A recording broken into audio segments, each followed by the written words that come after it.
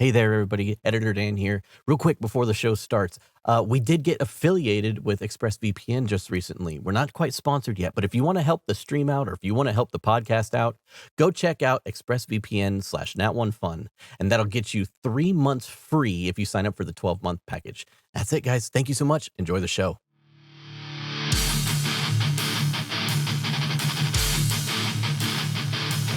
Welcome, everyone, to Nat One-on-One, a podcast where we gain insight on the individuals in the tabletop role-playing game community, about their current projects and what kind of stuff they have in store for us in the future. I'm your host, Dan Munoz, and joining me today is an awesome creator, a creator extraordinaire, if you will, specializing in the TTRPG world as a crafter, be it terrain pieces, painting, modifying miniatures, writing, voice acting, and all-around freelance creative geek with several published books, a member of Team Cypher, an ambassador for Jasper's Game Day, a criminally underrated and immensely talented artist, the leader of Definitely Not a Cult, his awesome community, an advocate for making badass shit. It's Xero Reynolds. Welcome. You put it all together like that, and I sound way more badass than I actually am. Oh, whatever. I can't put those things together without you being a badass. So welcome to the show.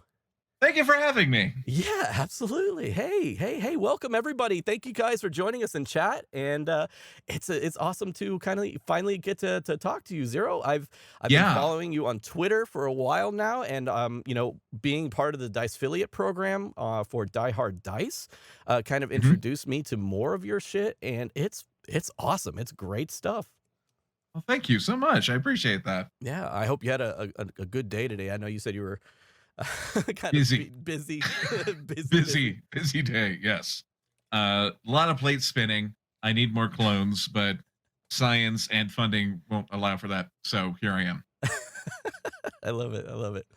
Well, hey, I hope you can relax and hang out today without too much of a, we're digging in deep, but please sit back and relax. And yeah, there you go. Grab yourself a nice glass of wine. It goes for you too, Chad, if you want to relax and hang out.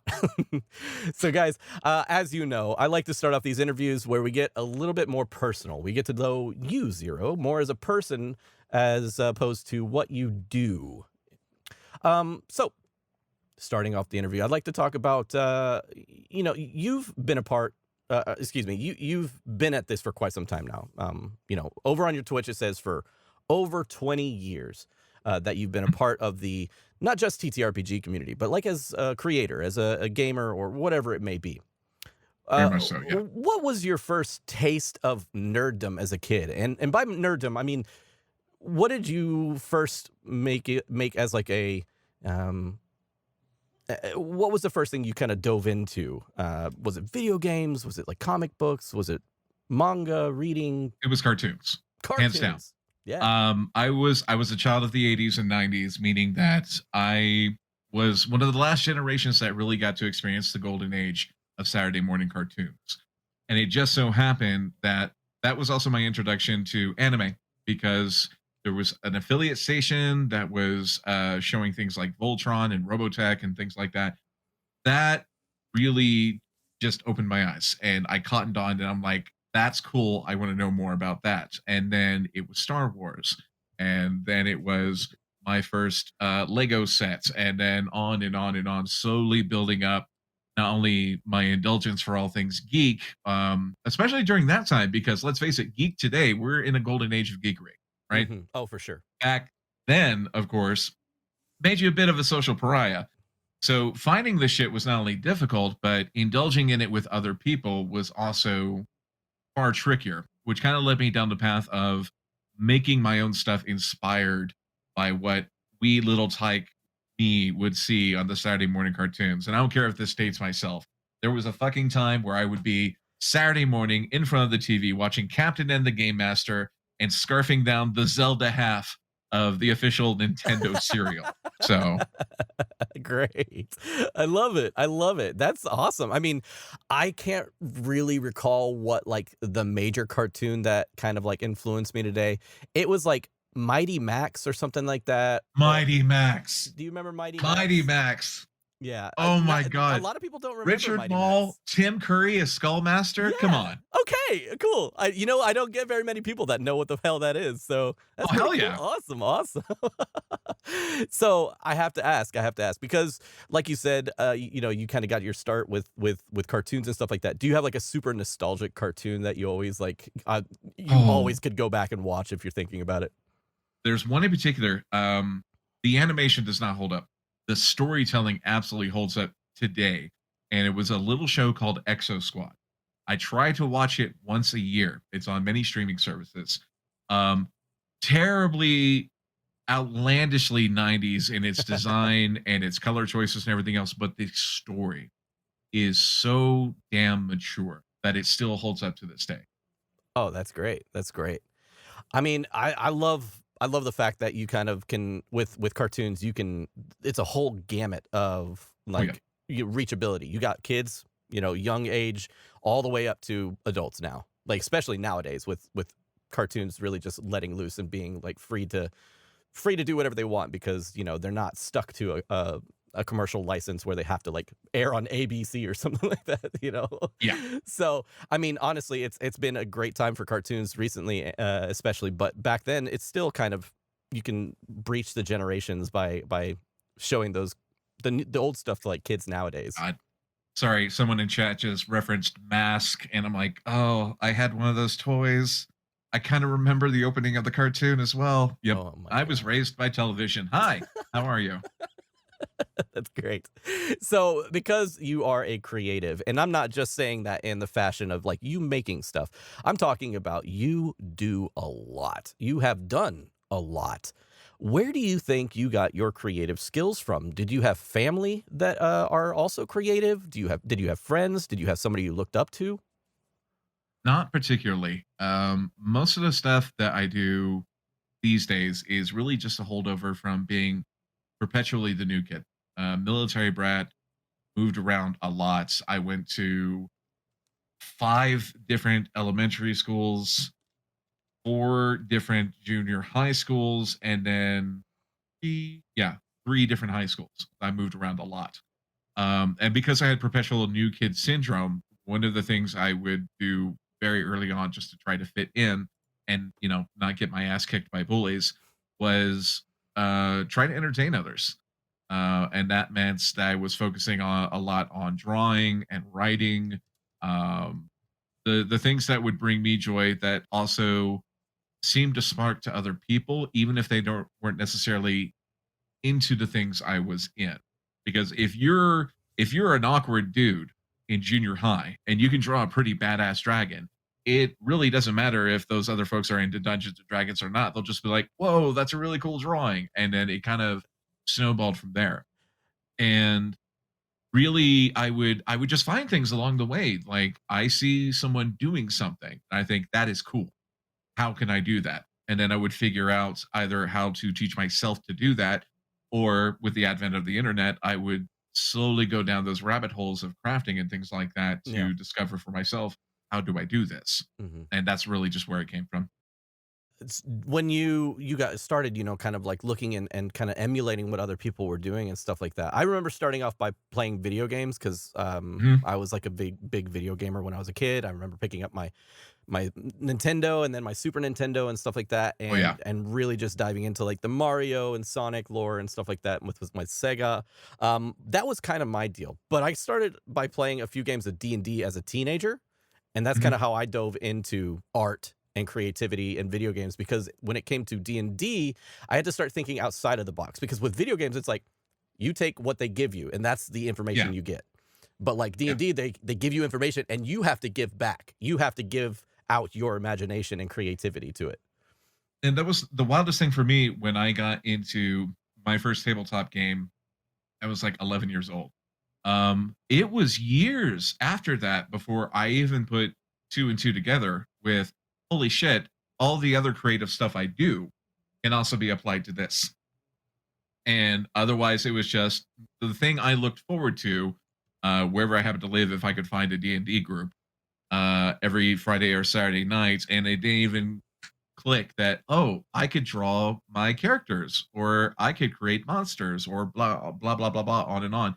it wasn't until I was late in high school when I first started really diving into homebrewing and designing my own stuff, my own worlds and modules and things like that. And then the fun was on. So you got your kick pretty early in life, yeah? You got your Oh yeah. you got, like, into it really early. Were you basically still in high school when you were into D&D and all that stuff? Mhm. Oh yeah. Listen, I come by my geek cred honest. I was in the AV club. I was in the chess club. Oh, I was yeah. on There you debate go. team. Uh, when our high school first installed routers to have internet, I was the one that did that for our newspaper class. So yeah, I inevitably that was the last high school I went to, and I found a really good group of geeks. And yeah, if we weren't playing Risk and screaming at each other, we were playing some kind of tabletop. It could have been Seven C, it could have been Dungeons and Dragons, it could have been World of Darkness, all of that. Oh, that's great. Yeah, you've kind of run the gamut then. I love it. Oh yeah, I all over the place with TTRPGs. That's great. That's great. I mean, to be able to diversify yourself like that is awesome too. Unfortunately, myself getting started because I did get started earlier in life, but it was like onesies and twosies games. I knew it was Yeah, D&D, but I literally had no idea what edition we were playing. I didn't know what was going on because I wasn't running it or anything like that. I'm like, I'd just come and make a character and we had fun. But yeah. it was super fun. So I was like, "Oh, man, I wish we could play that more often," but we never did. So it's like, it took a while for that match to light, but we were striking it constantly. You know what I mean? So Nice. Oh yeah. Nothing wrong with that either. no, no, absolutely not. I mean, I'm here right now, huh? So Yeah. it's like, it just takes it just but now that the fire's lit, it's lit, and I'm on my way. We are making content, and I am absolutely here for the world of, TTRPGs. Now, Hell yes. when I was growing up, I grew up kind of like the only nerd in my family. I was basically the one who was playing video games while everybody else was either out playing sports or they were, out doing like hard labor, like, for whatever it is, like for their work, for their job. They loved it. Yeah. Now, with that, outside my brother, who also is nerdy, but he's a lot younger than me, so it didn't come on until later. Um, yeah, really only I had my close friends. Did you do any like major reading when you were younger, or anything that kind of inspired you? Maybe that just left an imprint on your memory that kind of also is like along the lines of this nerdy upbringing. Oh yeah. Because of again the new kid syndrome. One of the things I quickly discovered was it didn't matter what state I was in, didn't matter to school. There was one place that always felt the same, no matter what weird environment I found myself in, and that was the library, school library. They all smelled the same. They were all basically laid out the same. They were all still using the Dewey Decimal System. So that was my escape. Before I was able to find things like theater and whatnot in high school, that was my early escape. That anytime I had free time, I was usually in the library. The first story that really struck me was The Giver by Lewis Lowry. And I know that's kind of odd because I'm all about really promoting positivity and whatnot. And that is a bleak fucking book. I mean, that is you want to talk post-apocalypse Hmm. sort of reading, Yeah. that's it. But the central idea of someone whose entire job was to pass on memory, to pass on knowledge and experience, and that was their thing. That really resonated with me, because at the time I really didn't have those other touchstones in my life that I could pass on my own experiences to. I was the only nerd in my family. I grew up during a time where being in the gifted and talented program was a good way to get your ass kicked for being in the gifted and talented Yeah, program. you're hitting too close to Um, home. yeah, exactly. Yep, It's yep. like gifted kids who grew up with anxiety. What's that like? Um, God. but this is also the reason that I kind of gleaned so much fucking esoteric knowledge because I would just devour all these books that were around me. So it could be reading The Giver one day. It could be reading The Hobbit the next day. It could be reading tornado facts the next day. I know way too much about tornadoes, don't ask. It could be reading those old monster books about the old classic Universal monsters and the behind the scenes and stuff like that. And I would just soak this up like a sponge. I mean, you want to talk information through osmosis. That was it. Yeah, oh yeah. I mean, for sure, and don't sleep on the Guinness Book of World Records. That was Mm. I read every one of those front to back when I was a kid. That I Oh yeah, remember reading the hell out of that. I think that and like Animorphs, those were like two of my favorite books. Animorphs. God. The thing is with books, unfortunately, I have the attention span of a gnat, and like it takes me like 3 to 4 times as long as it would a normal person to read a book, and it's not because of lack of trying. I read a page and then I'll have to like go back 2 or 3 paragraphs every time I'm done with the page because I forgot Yeah, what I had read, and yeah. it happens almost every single page. And unfortunately, it's just the way I work. That's the way it is for Have me. you tried audiobooks? I love audiobooks. And you know what's Perfect. funny is I literally just got into audiobooks last year with the Legend of Hey. Drizzt books. And like I said, I just got into like the whole TTRPG sphere, and I was Yeah. like, "Oh, there's a whole D&D thing?" And I'm like, I'm definitely going to be audiobooks." Oh yeah. So, yeah. And that counts as reading. Yeah, Just absolutely. FYI. For Absolutely. those of all of you playing along at home, if you have trouble with reading, audiobooks count. Mm. 100% they count. Speaking of, because we are a nerd-based podcast, do you have any favorite nerdy set of books or genre of books or series that you have like totally Ooh, enjoyed? there's a few of them. You were just mentioning the Drizzt series, Yeah. R.A. All right, Salvatore. I read Salvatore. those back in the day. Um, I the Dresden Files is always high on my list to introduce to people. The Rhapsody series by Elizabeth Hayden is another big one. Um, this is going to sound like a plug, but it's not. I assure you. My partner's Fey Realm series, and the reason I say that is her take on the Fey Realm and the lore of the Fae, the old stories of the Fae, is so unique and so well rounded that I instantly became a fan of those. Those are things I would read even if I were not married to the author. Um, Are you talking about like the also, scary versions of the Fae or like the all of it, the terrifying? scary, the whimsical, the Okay, magical, and everything in between. that's It's interesting. it is a real lived place where the eccentricities and vagaries of personality run the entire gamut. It's wonderful stuff. Um, Beyond that, shit.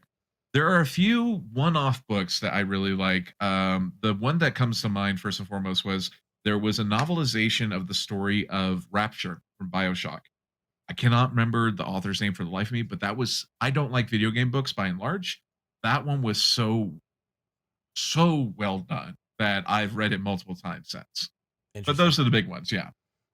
Yeah, I could tell you, like, in terms of video games to books, I haven't read them, but my brother is just, like, the biggest fan of, like, the World of Warcraft lore and everything like Oh that, yeah. I have read a few of those, the yeah. Halo lore. So, like, Halo lore and World of Warcraft lore, he's been big in those for a while now. Oh yeah, Now, of I course, like I was said, I a haven't. big Warcraft junkie back in the day, like the actual strategy game, and then into World of Warcraft. Oh, So okay. all that lore that is tattooed on my soul. Yeah. So speaking of audiobooks and everything like that, with voice acting being kind of a part of audiobook reading. Recently enough, with Critical Role, coming out with its first season, I started thinking more about the fact that these are voice actors playing the games that I love. And it got me interested into voice acting because I was like, well, hey, they're playing D&D. I play D&D. They can do cool voices. Why can't I do cool voices? Right. And so I was like, you know what? I'm gonna try this whole voice acting thing. So I looked it up and I got into it and everything like that. But when I was researching some of your stuff that you've done, it looks like you've been doing it for quite some time now. Oh yes, yes So indeed. how did you get into it? Because it looks like you've been in voice acting for a while. Yeah. Um, Initially, I was doing just one-off freelancer jobs, and this is when we were still living in Houston, and ADV Films was still around. Um, I always wanted to get into professional ADR. Mhm. It's basically what it's called. And anime because haha geek, I like anime. So basically what it boils down to, this is a little insider baseball for folks. If you're going to get into that kind of voice acting, one, you have to live where the work is. I know a lot of stuff is remote these days, but you still have to live where the work is. And two, 100%. you're gonna add your name to something called a cattle call audition list. And basically companies like Studio Sentai, Funimation, things like that, what they're going to do is once every few months or so, they're going to bring in a whole slew of new folks who are going to read and audition for something they recorded ages ago. They just want to hear you, how you sound, your natural voice, and everything else. And then from that pool, they'll start casting the next set of shows. And that's basically what happened to me.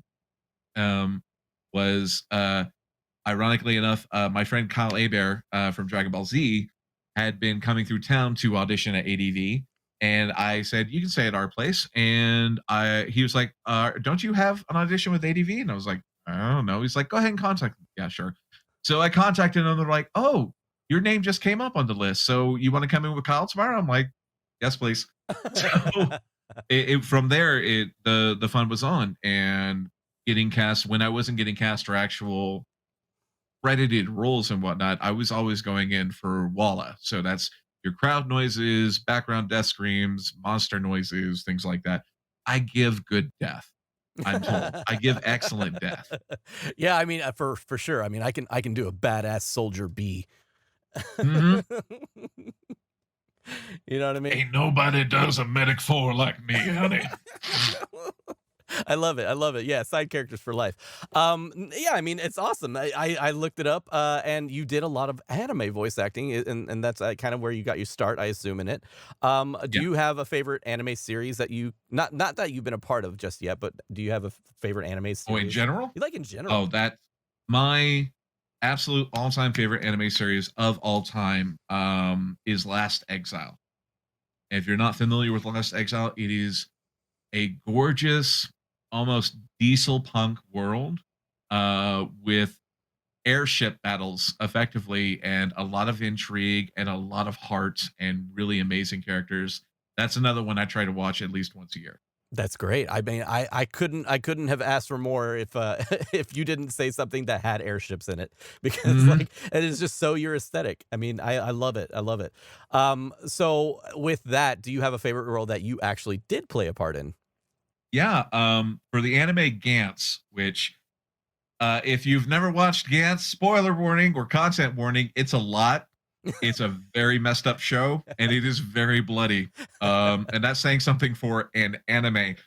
I played a character in Gantz named Masanobu Hojo, and the character was such a 180 to who I am as a person that I couldn't help but have fun playing it. I mean, the character is a pretty male model. I ain't. The character is staggeringly egotistical. I try not to be.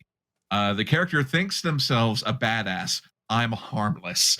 So playing this character, and particularly since one of the character's first lines was bitching into a phone saying, "Look, I just don't like girls with big boobs, and I am married to an individual who is well endowed." So yeah, it was a fun character to explore. Just My the only exact opposite of you in every yeah, way. but it was interesting. My only regret with a lot of the roles I got to play was I never got the chance to really sink my teeth into a good villain before ADV closed up shop. And then I only had a few roles at Studio Sentai before we moved and we left Houston. So that's kind of a bucket list item for me, is to one day really just be allowed to chew some scenery with a really good villain. Villain characters are at one of my favorites. I thoroughly enjoy diving into the mindset of the villain and everything like that. Just being diabolical. That kind of the laugh Oh that yeah. you don't get whenever you're just a protagonist. So it's great. I love doing little goblin characters too. I'm very goblin-esque. But yeah, I mean that's so cool. That is something that I also aspire to eventually be able to say is like I'm on freaking you can look me up on, Crunchyroll or something like that, something like Right. that. Yeah, 'cause Incidentally, I didn't know I had an IMDb page until I was a guest at convention, and someone else told me I had an IMDb page. oh, really? Because I looked up your And IMDb, page, that's how I found all this. that weirded me the fuck out because it's like, what do you mean there's someone else out there collating the information on the shit I have recorded and making a page about me? Why are they doing this? Yep. Please don't. Yep. Yeah, it is strange. It is strange. When other people start doing stuff for you in the space, it's strange. It is very strange. Yes. So yeah. Anyways, speaking of the IMDb page, I looked up I think one of your oldest roles on there at least. I don't know specifically if it was your oldest role to act. It was the oldest anime on the actual Yes. thing. So I saw that you played on a show called Super Dimension Fortress Macross. Yep. And if you don't know what that Good old is, Robotech. Yep. yeah, you should definitely go check it out, Robotech. But you played a character named Konda Bromko, Yep. which was basically like goon number 3 in a group of goons. And the funny thing, of course, their names in Japanese, it's a pun. The 3 characters together, Oh, okay. their names taken all together, it is a pun relating to being gross old man, effectively.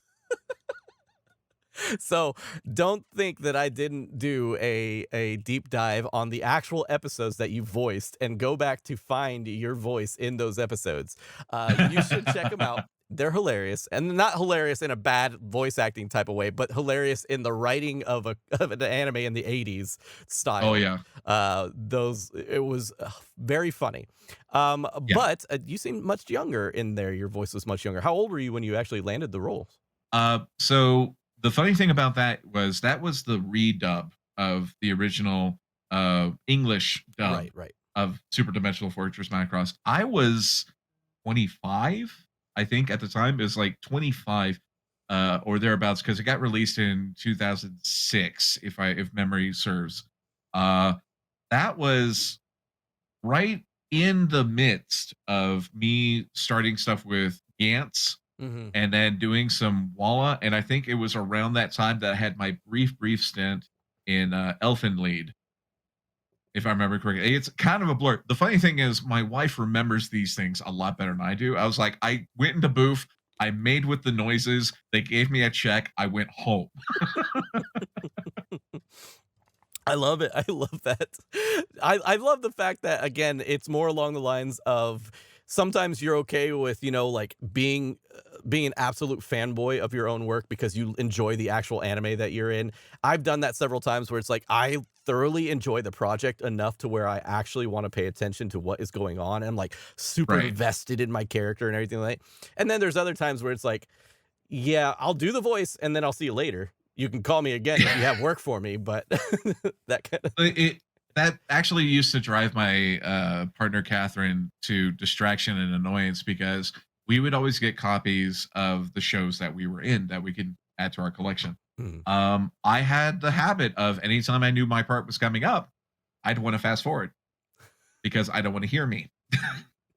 So Johnny Depp has the whole hang up of seeing himself on the big screen, and he never goes to movies and shit. Mine is that stereotypical hate the sound of my own voice even when I'm doing a character. And so she would slap the remote out of my hands. It's like, no, we're watching this. I want to hear you. Like, okay, if we have to. God bless. I love the Adam. shows, all the shows I was in, but when it comes to me, I'm just like, oh, that is so cringeworthy. Moving on. Yeah, I mean, there's definitely a few of those. There's definitely a few. Well, straying away from your past, let's talk about what you've been up to nowadays. So, Sure. I've been following you on Twitter for a while, and again, since becoming affiliated with Die Hard Dice, I've had an absolute pleasure being able to peek into your community a little bit. Oh, thank you. So, being that we are, Dice affiliates of Die Hard Dice and everything like that, let's talk about how fucking cool it is that you just recently got your own dice set made in your brand name. How cool is that? I still can't fully process it, be perfectly honest. It's one of those, you're a kid and you're sitting there thinking, wouldn't it be cool if? That was definitely one of those moments. And it was completely out of the blue.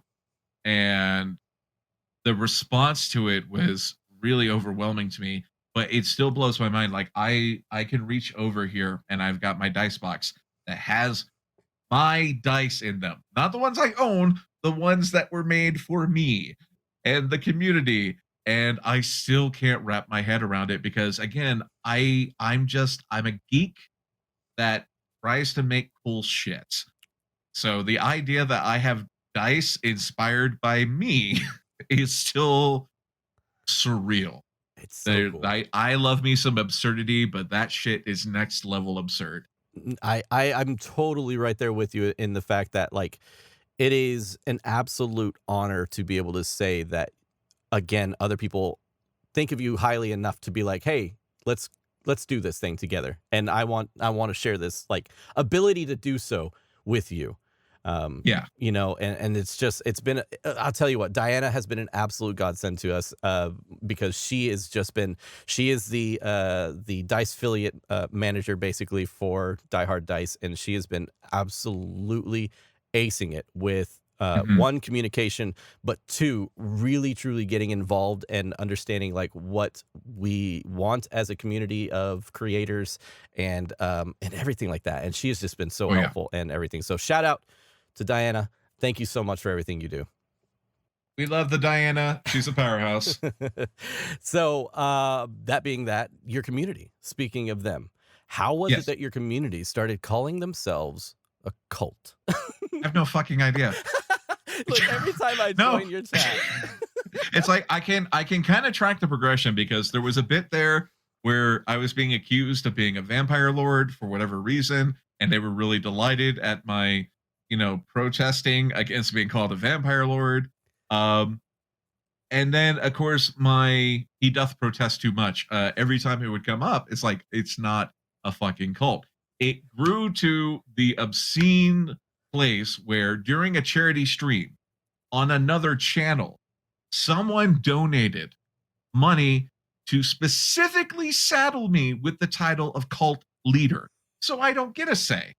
I am now the financially obligated leader of the cult that exists in my chat during my streams. Oh my! I have no say in their pageantry. I have no input on whatever kind of cloaks they wear. I have no say whatsoever. They have chosen me as their figurehead, and I'm sitting here thinking, y'all need a better figurehead. What are you doing? They have chosen you. I swear, every time I do go into chat, though, it's hilarious. I think your chat loves to, like, friendly, of course, but they love harassing the hell out of you.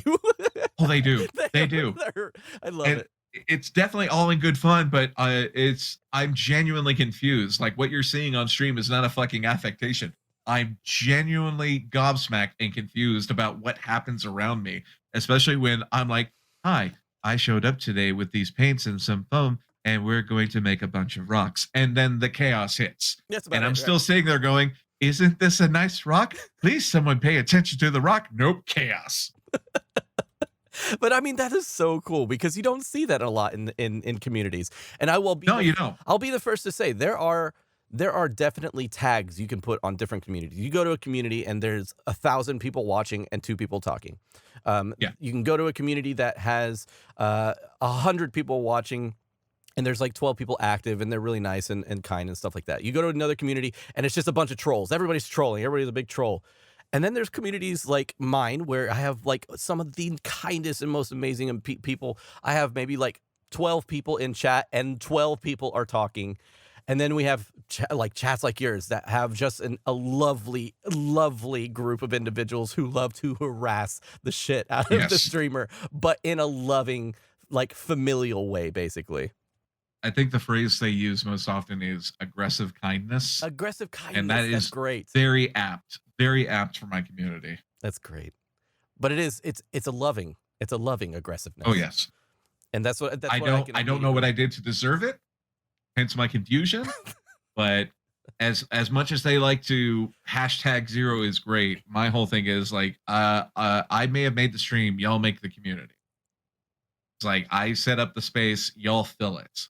So if there's anyone to thank for the community, it's the community. Yeah, absolutely. I totally am 100% with that ideal. Basically, I set up the space and you guys make the space what it is. I curate it. I make sure that nobody is here to be an asshole. I make sure that nobody is here to harass anybody that is here. I want to make sure that people that are in the community are people we want in the community. We are not open to have just pieces of shit coming in here and harassing people or saying things that are just, not PC or whatever. But either way, You have a wonderful community, and I do want to say that there is a reason why you have a community, okay? There's a lot of reasons, and we're going to go into a few of them here. Look, you have several published books on Amazon currently called When Yeah. the Man Comes Around, Crossfire Hurricane, and The Sins of Allegiance, all part of an ongoing series. Now, Yeah. could you explain a little bit about what has inspired you to write these three books individually? Now, also, if you don't mind, kind of a tag onto that, what are these books about? Like, first off, what are these books about? Sure. So the Nysha Sonata trilogy, as they are called, is what was the phrase? Why am I blanking on the freaking genre? Um, Urban fantasy. Thank you. They're urban fantasy books, very much in the same vein as, say, Dresden Files, things like that. Hmm. But they also center around the main character, who is fun little for my fellow language and literature nerds out there. The only named demon in all of Dante's Inferno, a demon named Malacoda. And Malacoda is on his last human life on Earth. Demons get 10 turns on the Ferris wheel, so to speak. He's on his last. All he wants to do is run his flower shop, play guitar in the local heavy metal band, and live life easy. Basically, he calls it, my last trip is I'm visiting the gift shop. Uh, but then everything goes sideways with the terrible, no good, very bad, horrible near apocalypse, and the shit that he finds himself involved in. That takes place in Houston, written true to Houston, because again, we used to live there. Sure. Um, the inspiration for it was just my love for all things occult, and not only the lore from, say, the biblical wheelhouse, but also just in general. I love monster lore. That's something Guillermo del Toro and I both share. Aside from a birthday, is that we both love monsters. We have both a deep, abiding love for monsters. So all the lore that I could find during the years from all over the world found its way into these books, and they were not only a way for me to write a wise ass, but also a way for me to show this kind of original take on demonology, and an original take on a lot of the lore and stories surrounding the great monsters of the world, but also tongue in cheek, because they're comedy action books ostensibly. Um, but yeah, it was basically my excuse to let my id run wild in a playground that was very near and dear to my heart, which was the streets of Houston. That's great.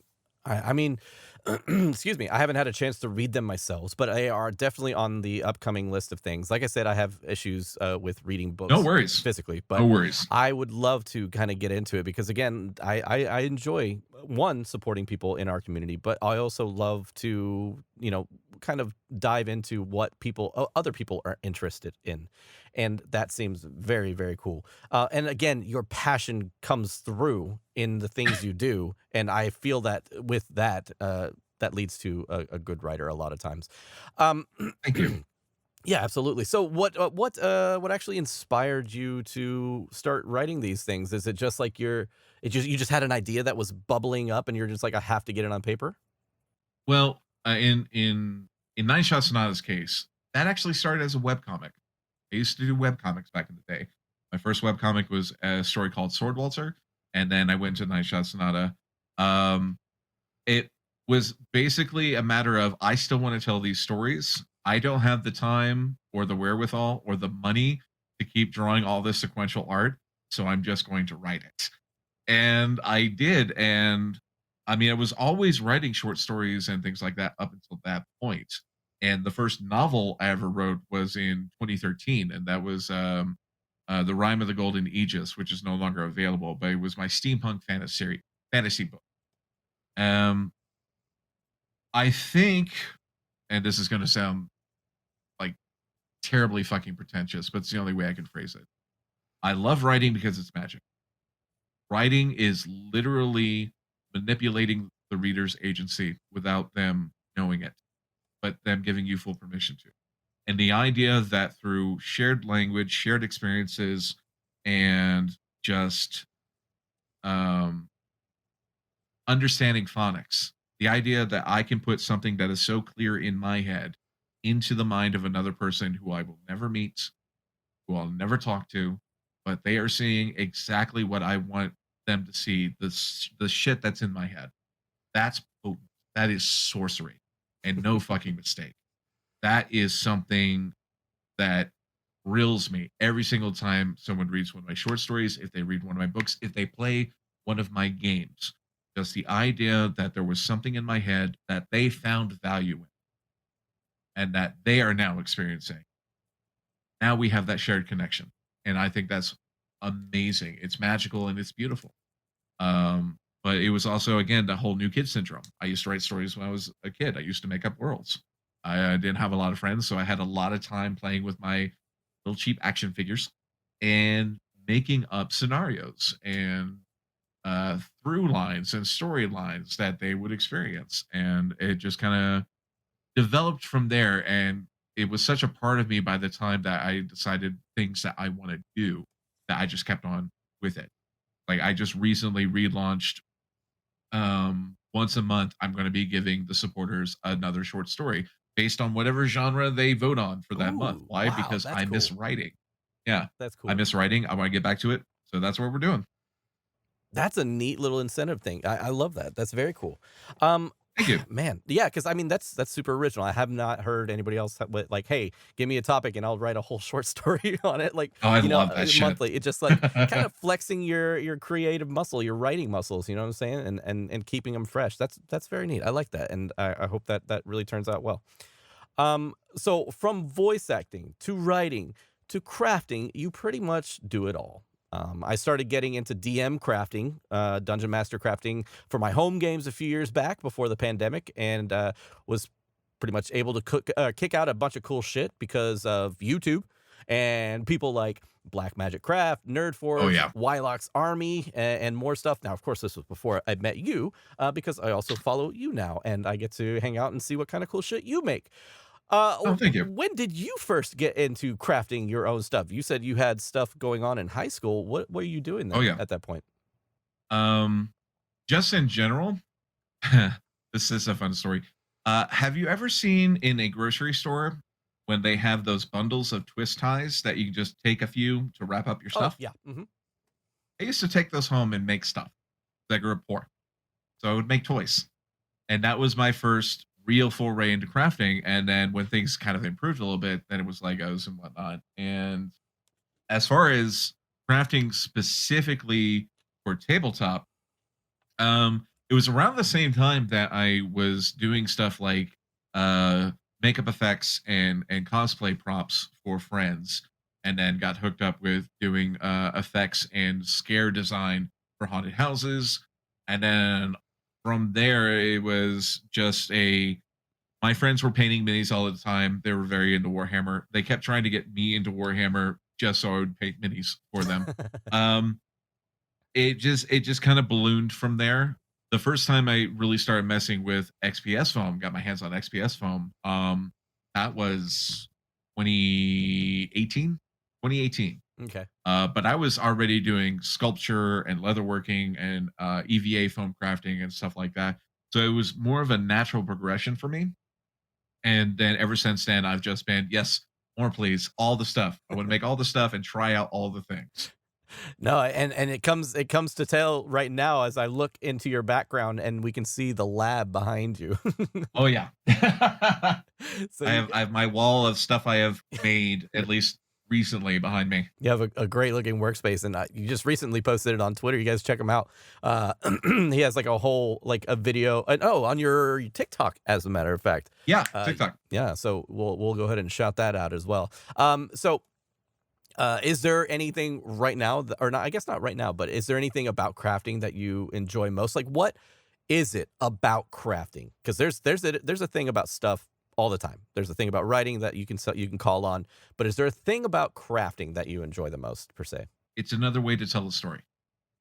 Um, Alex Funky, I don't know if he's still with What a Workshop anymore, but when he was their main miniatures guy, Hmm. he said, to be a good miniature crafter or miniature maker, you have to be a born storyteller. It's not enough to paint a mini. It's not enough to carve and slap some paint on the foam. It's got to tell a story. It's got to fit a story. You're making this for a specific reason, to fit a specific scene or combat encounter or what have you. Learning those visual storytelling elements and applying them is just it's that's the fun for me, because it's also a lot of problem solving. It goes from how do I build this to how do I sell this effect to how do I paint this to really seal the deal. And it's all various steps of breaking down a story the same way I would for writing or game design. So it's like recently, the last build I did was just a little display for a Dragonborn Warlock bust from Bite the Bullet Studios that I had painted up. Like, okay, what kind of story am I telling with this? So it's like, well, this is an object of honor, so it needs pillars behind it and torches. And no, we don't want to do the normal stone. No, let's spruce this up a little bit. And it's a bit worn and weathered, but someone has cared for this. And there's a little moss here and there, so clearly this has had the age of time on it. Little visual indicators that can tell a story. And once you can latch onto that, once you cotton onto that as a DM crafter in particular, it will do 80% of the hard lifting when it comes to setting a scene for your players. They'll fill in the gaps and the details themselves because they have something to look at. And those tiny little details, the extra little touches, are what really sell the scene in their minds, from I am looking at a painted lump of plastic to holy shit, we are in the temple of the snake god and we are about to TPK. Fuck my life. I love it. I love how you put that. That's so true. That is so very true. And I am here to tell you, as a crafter myself, I absolutely, absolutely love throwing something down on the table and having the party go, oh shit. That is so cool, because it's one, it's unexpected, because a lot of times you don't get a lot of people who put in and put forth the effort to craft something custom Yeah. for their game. You know, I'm not saying that you can't just go out and buy paper craft and it's the same thing. You can Oh, absolutely yeah. do that. But it's that extra touch of that extra personal touch that you put into your personal at-home games and stuff like that, that truly means a lot to other people, and it shows in your work. Um, Oh, yeah. you know, and as you were saying before, XPS foam, just being that you have gotten into it within the last few years by using XPS foam is a crafter's best friend. I don't care like who you are. If you are in the crafting world of like dungeon miniatures, or especially terrain for your dungeon miniatures, it can be used for all kinds of stuff. Your imagination is the limit of XPS foam. Really, it truly is. And there's some great tutorials on how to use it in different ways as well online. Oh, yeah. So you use XPS foam in all your in most of your builds now, huh? Oh, yeah, I saw definitely. them in like the pillars and all that stuff that you were building. What's your favorite thing that you've kind of built like so far? What's your like claim, no, I wouldn't say claim to fame, but what is your like, hey, check this out, and you bust out your Yeah. like favorite thing? Whenever I decide to really flex, like we have a visitor or something, there are two things. The first one is I lovingly recreated one of the circular puzzle doors from Skyrim.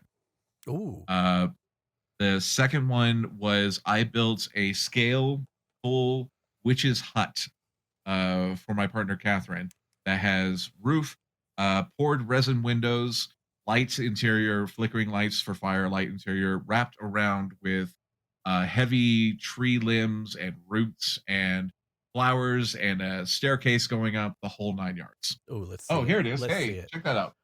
Oh, I saw that one. Yes. Yes, I saw that one. There we It go. is absolutely gorgeous. Oh, thank you. No, believe me, that is the least amount of praise I could give that thing. That is it. That is incredible. I loved it. And you showed all the pictures and stuff like that. Guys, check him out. Go check him out. His Twitter and stuff like that. Oh, yeah. Yeah. He's got pictures of him all over the place, and yeah, probably it's one of those things too, because in real life it's like you can get like the full like, oh my God, the astoundingness of it. But like you can try and take pictures, and sometimes it just doesn't capture like the greatness Nope. that you can do. I'm telling you, when you throw something like that on the table, or you put something like that on the table, it's just like it's a whole nother world. It's instant. The reaction from the players is always that's what you're going for. They want their serotonin high. They want their hey, first hit's free. This is yours. This is the thing you keep coming back for, which there's no feeling like it ever. 100%. Well, so when you go to paint your stuff, yeah, for me at least, whenever I paint terrain, it's a little bit different from when I go to paint miniatures and stuff like that, because Yes. like most of the time it's because of quantity of necessity versus necessity. So like whenever you paint a miniature, you got the tiny little brush and you got little itty bitty spots that you're painting and stuff like that. And Yeah. then with the terrain, world's the limit. Whenever you build the size of, you got like a huge tower you got to paint, you're not going to be using tiny little mini paints. Do you have any paints that you prefer for both terrain versus miniature? I love this one because one of the big things I like to tell people is this is the part of the TTRPG hobby that need not break your wallet. Cheap craft acrylic paints, folk art, apple barrel, craft art, whatever. The stuff you find in Walmart, the stuff you find in any arts and crafts store, the stuff you can find at Walgreens, the stuff these days that you can find at the dollar store. Cheap craft acrylic paint is all you need. At worst, on some things you want to do, you might want to thin it down with a little bit of water. But beyond that, cheap acrylic craft paint. That's all you need. That is literally all you need. You don't have to. I have never ever, aside from metallic effects, because Turbo Dork metallics for miniature paints, my absolute favorite. They make the best metallic paint. Beyond that, I have never used mini paints on my larger craft builds or even my smaller craft builds because there's no need. I'm going to get the exact same effect without busting out my really expensive mini paints. So why bother? Yeah, I mean, in terms of the quality that you can personally get onto something is wholly dependent on how well you can do it personally, not necessarily your material that you're using. Yep. I personally just use a like quart or liter of black paint and then a little bit of water as my wash for like 90% of my stuff. That's all you need sometimes. It's Yeah. like the wash I teach to make them. It's like, do you have dish soap? Cool. Dish soap, water, black paint, maybe a touch of brown. Brown, yep. Congratulations. You have a wash. You have a wash for your miniature terrain. That's all you Absolutely. need. Yep. You get brown, you get white, and you get black, and you can paint the world. Yeah, done. You're good to go. And then get some your RGB. But honestly, yeah, it's some great stuff and easy to get into. That's the thing with miniature making, or I'm sorry, with terrain building and miniature painting and stuff like that. It's so easy to get into. So it's so easy. easy. You don't have Easier to buy. now. No, I don't know if you heard what Army Painter did. no, I did not. I have the Army Painter. Army stuff. Painter is offering I just picked up one of these and I'm going to be testing it out for folks, but it looks legit. Normally you would have to go to like the hardware store or order through Amazon and you'd have to know what you're looking for. XPS foam, but a lot of people easily make mistakes. So Army Painter came out with a Dungeon Master line, pre-packaged, pre-cut half-inch white XPS foam sheets. Here you go. Start making stuff. I ordered stuff. I ordered it in. It's showing up like tomorrow, and I'm going to be testing it next week. I'm excited. That's super interesting. Yeah, because I mean, honestly, nobody else is selling them specifically for dungeon craft and stuff like that. Yeah. Usually you have to get. If you go out to my garage right now, I have like a 10-foot by 5-foot or 4-foot sheet of foam just chilling in my garage. My wife she always rolls her eyes when she walks by, and I'm like, I'll be using that later. Don't touch it. The first time I picked up a large order of XPS foam, we rolled out to Ace Hardware in our tiny ass smart car. I bought a giant board of it, and you imagine this 6'2", 260-pound dude calmly breaking it down into pieces and shoving this pink shit into the back of his tiny car. I have a Honda Civic. I have to do the same. I literally have to do the same. I broke That's it awesome. down into like 2x4, like 4 foot by 2 foot, like link, so I can just fit it into my car. Like, I don't care if it gets messed up. It's going to be rocks or some shit anyway. Let's go. Exactly. It was so freaking funny. And it's hilarious because we do get them from like hardware stores. So we go out there with people who are using it for its intended purpose. And then we're out there with like a fucking, I had like a sharp knife or something like that, cutting them down and then like putting them in the car. But just getting stared at like, what are you doing? I'm making a world. Let's go. Oh shit, it's so true. Okay, so with miniature painting, just like the rest of the world, you have to tell me the truth. Do you have an entire backlog of unpainted minis? Because you can't stop yourself from buying them. Or are you actually like diligent and paint them like every time you pick them up and you just like, okay, I gotta paint this and then pick up your next mini? Or are you like a procrastinating monster like me? So I have a backlog. It's a small one, granted, and I have a fair few larger size ones because my hands are huge. I prefer painting the larger shit. But I tend to go ahead and buy well in advance for future streams and whatnot because I'm supporting my friend Awkwardish Panda, who has an Etsy shop where they sell miniatures. Gotcha. It also doesn't help when every now and again people will just randomly send me miniatures. So it just adds to the pile, and it's through no fucking fault of my own. The stuff shows up, and I'm like, cool. I will see you in 8 months. If you're lucky. Yep. Yes, I agree. I have a drawer of shame. This is not for the podcast listeners, but hold on. There we go. So as you can see, about 1/2 of that drawer is painted. The other half is a drawer of fun. Yep. Yeah. Sounds about right. So I got about, I don't know, close to about 50 or 60 minis that I haven't touched yet. I'm not that bad. I'm not that bad. I'm in too deep. I bought a 3D printer. And it was and I couldn't stop myself. The files are so cheap. They're so cheap and so good. So very, very good. Oh God. Well, God damn, that was good. Well, thank you so much for kind of giving us a little insight on crafting and stuff like that. I know that's kind of your go-to.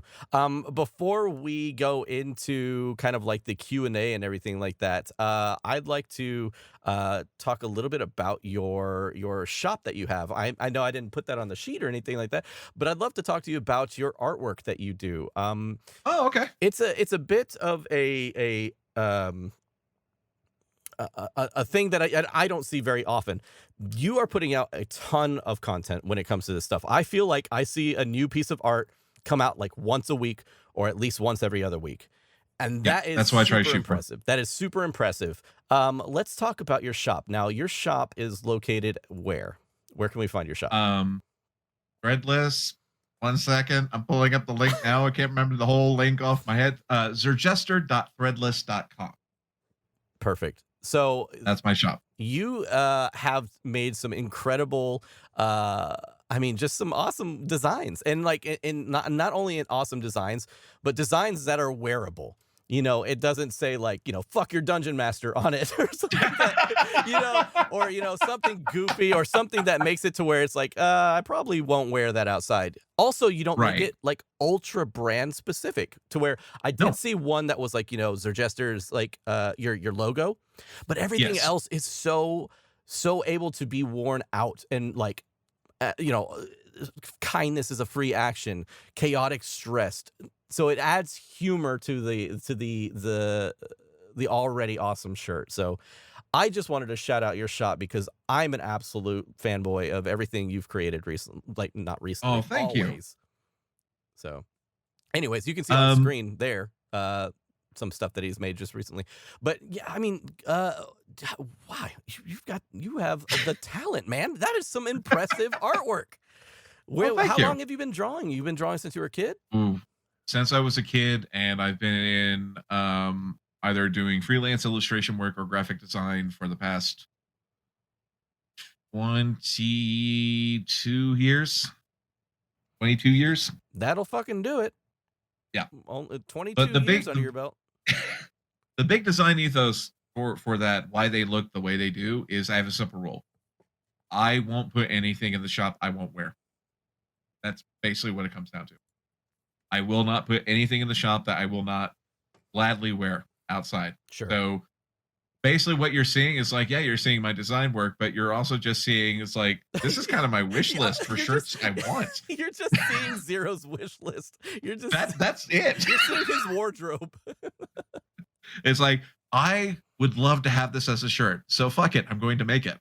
That's That- what it boils down to. That's cool. That is super cool. And honestly, that is super. That is something I am super um trying to aim for in terms of myself too. I would love to bust into the apparel kind of area of what we do, because honestly that's the one thing I haven't really touched on. You can see this one shirt that that I love that that we shit. put That's through. awesome.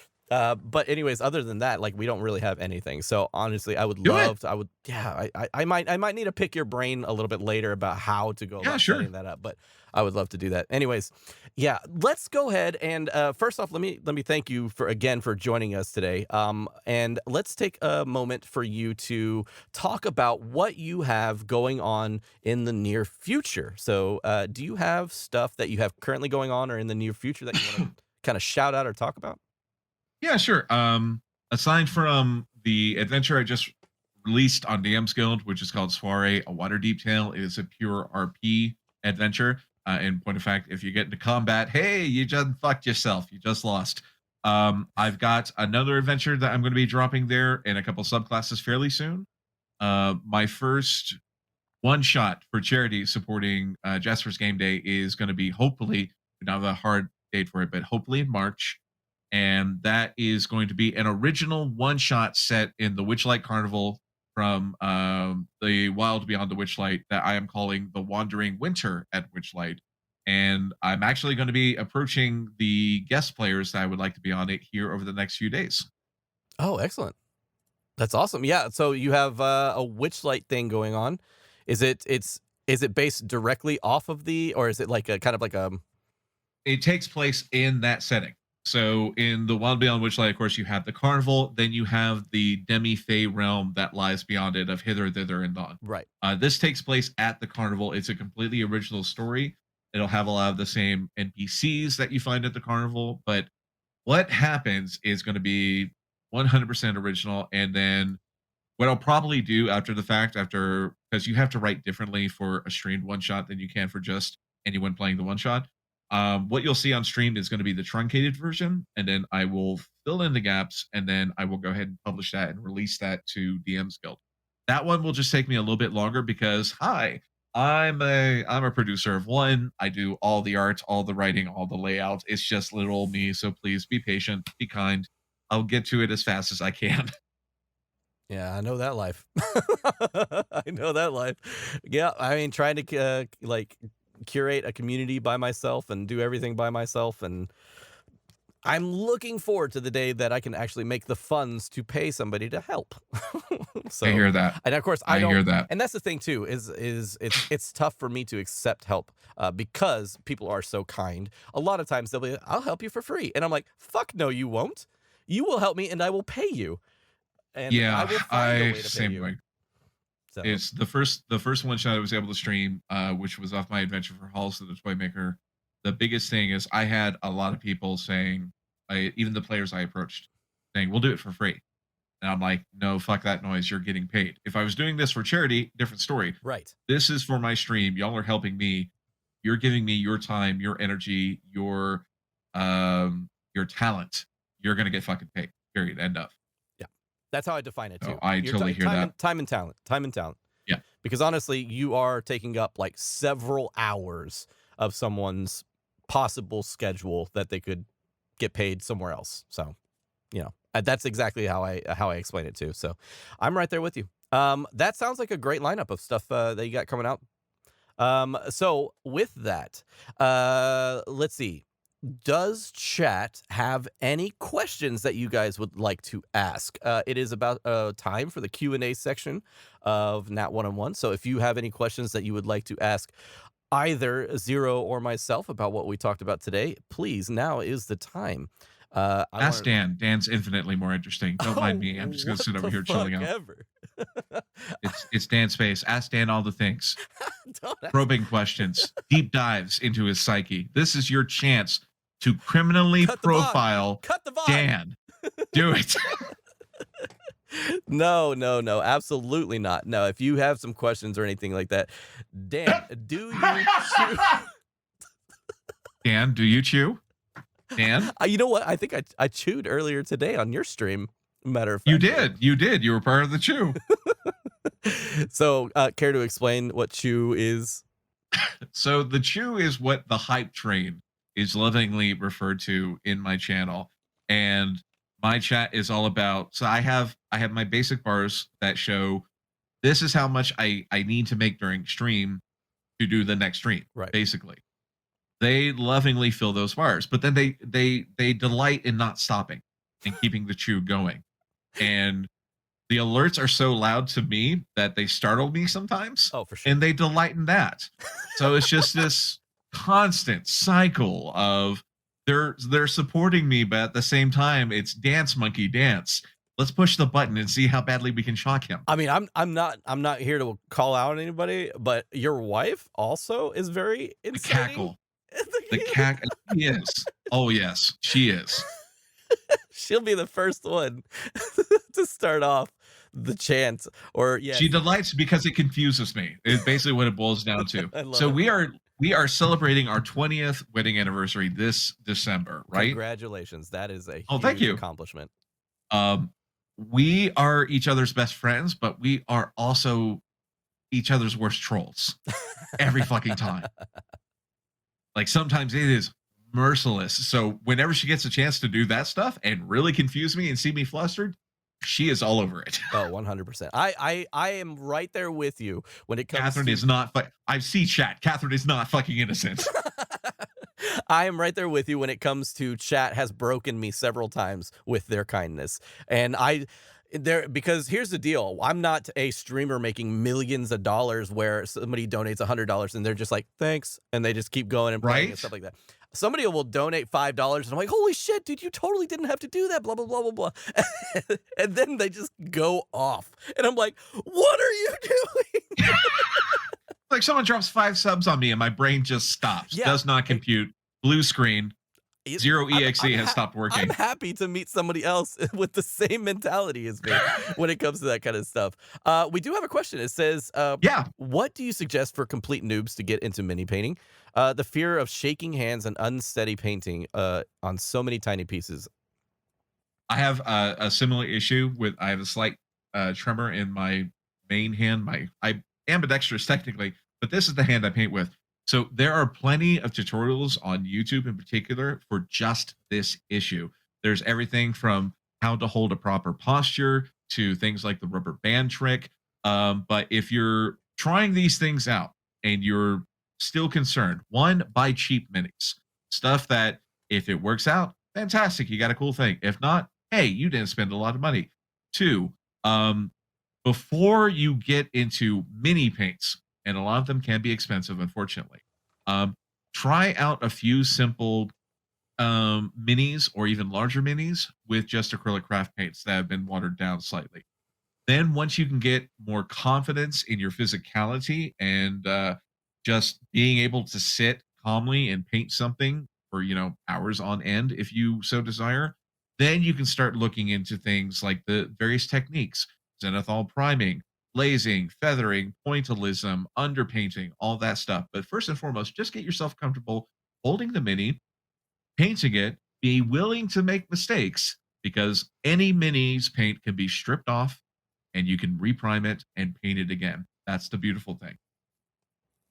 May I also throw into the ring that if you are extremely scared of painting miniatures, you can also find many people who print out the miniatures at a larger scale, and you can always try and attempt to paint those rather than something that is extremely small.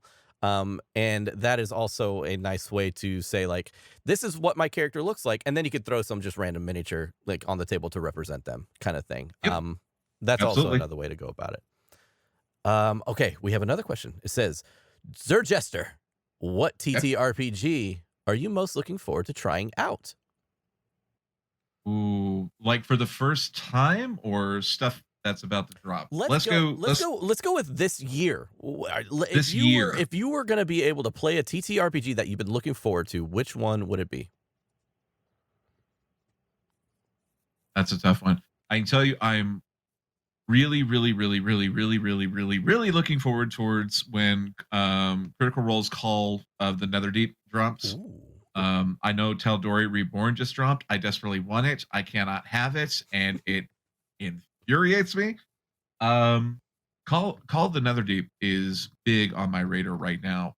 But as far as if there was one this year that I could play for like the first time, things like Masks, 10 Candles, Blades in the Dark, that sort of thing, those are pretty high on my list. Yeah, for sure. 10 Candles is pretty high on my list. I've every single guest I've had has talked about 10 Candles, and I've wanted to play it. Now, every time they mention it, I'm like, God dang it, I want to play that. Right? Couple ones of mine: Morkborg, Cyberpunk Red. Ooh. I want to play the One Ring. The One Ring just came out. Yeah, that's all I can really think of right now. But yeah, D&D is kind of my mainstay, but I really want to start reaching out to other systems. Oh man. Let's see. I'm also hoping beyond hope that I can finally crack a way to run a game of Dread on stream. I'm still trying to figure that one out. Dread on stream. That's the if Jenga, I can just figure out that's the Jenga one, yeah. Yeah. That is one of my favorite games to run. Cool. Interesting. I wonder, do they have a digital version of Jenga? They do. They don't have a good multiplayer version is the problem. Ah, balls. Yeah. Am I allowed to troll Xero yet? Asking for a friend. Said friend is me. Welcome, Panda. Thank you. I don't know, we Panda. Were just talking about you. Are earlier. you? Yeah, we were just talking about you earlier. So many all good things. We're so glad to have so many visitors to Nat One Fun. I totally agree. I mean, you know why I love doing these Nat One-on-One interviews? It's because I get to not only meet these amazing individuals who are very talented and have all this wonderful lore about them. How the fuck did I get on then? What are we doing? To be honest, he was in my inbox one day. I was like, who the hell's this guy? And I was like, I guess I'll just fair enough. That's fair. No way. I stalked your ass. No, I get to meet their fucking incredible communities. And here's the deal. And this goes out to all the TTRPG communities because there are a bunch of them. I don't think there are a better group of individuals out there than the TTRPG community. Because you go to any video game or you go to any live stream, or what are they called? Real life streams? Actual? Yeah, live? I know what you're talking about. You know what I'm talking about, where they're like basically just streaming their actual lives or whatever. Yeah. There are not very many communities that are as loving, that are as accepting, and that are as just forward putting in all of their goodness to the community that they are involved in. The TTRPG sphere is one of the coolest and nicest communities that I've been a part of in all of my digital creation. Let's see. Look, I gotta be here to troll the father of my warlock patron because I am ridiculous. Yep. Shit that happens in my community that I have no control over. It exists around me, and then I get saddled with it. We've had no interview communities that aren't great. That is very true. That is real true. All right. Well, it looks like we are reaching about the end of our stream, guys. We've been here for about an hour or so. Thank you so much for joining me today. We had a wonderful time talking about voice acting, talking about creativity, talking about crafting, all kinds of stuff. A lot about books and a lot about reading and stuff. So I hope you learned a little bit about one thing or another. We kind of like ran the gamut today in terms of all the stuff we talked about. So if you wouldn't mind, please take this moment to just absolutely whore yourself out to the world in terms of everything you can. Give me all your social medias. Give me everything you can. Sell yourself out. Do it. It is now your turn to plug. Hi, my name is Xero Reynolds, Oh and no. Dan Munoz found me on Craigslist. I'm not actually in my own place. I'm in a room adjacent to his that he's lovingly recreated to look like mine. I I haven't saw. seen my wife in some time, and I think there are wolves outside the door. No, hi.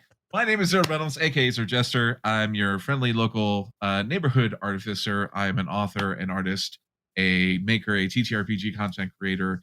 You can find me pretty much anywhere online under Xerjester, except for TikTok because someone took my name. Under there, you have to find me under Xero Reynolds. I stream multiple times each week, teaching folks to make and do the things I do because I earnestly believe that the world needs more cool shit. I am an ambassador for Jasper's Game Day, which also means I am a mental health advocate, openly having discussions about mental health because we need to. And I'm just a geek trying to do good. So if you're into that and you like the stuff I do, come on by, hang out. We'd love to have you. Awesome. Awesome. Plug your shop too. Shot. Oh, Your shop. shots. You're, Got a one shot for charity, hopefully coming up in March. I'll have more details for that once I am able to lock in the dates.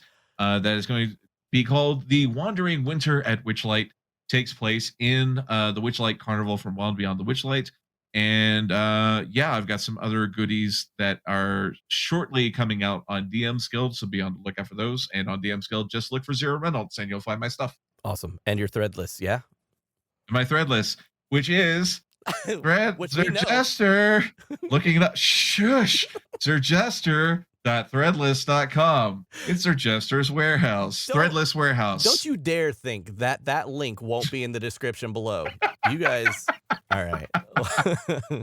Well, thank you again for the 100th time, Xero, for joining me today. Everybody that joined from Xero's cult for joining us today in chat and everything like that. I really appreciate every one of you guys coming out tonight. You guys kind of dropped in last minute because I myself waited a little bit too long to start promoting the actual event, but I'm super happy you guys still were able to make it out. So thank you, everybody. If you're watching on YouTube, please hit that subscribe button.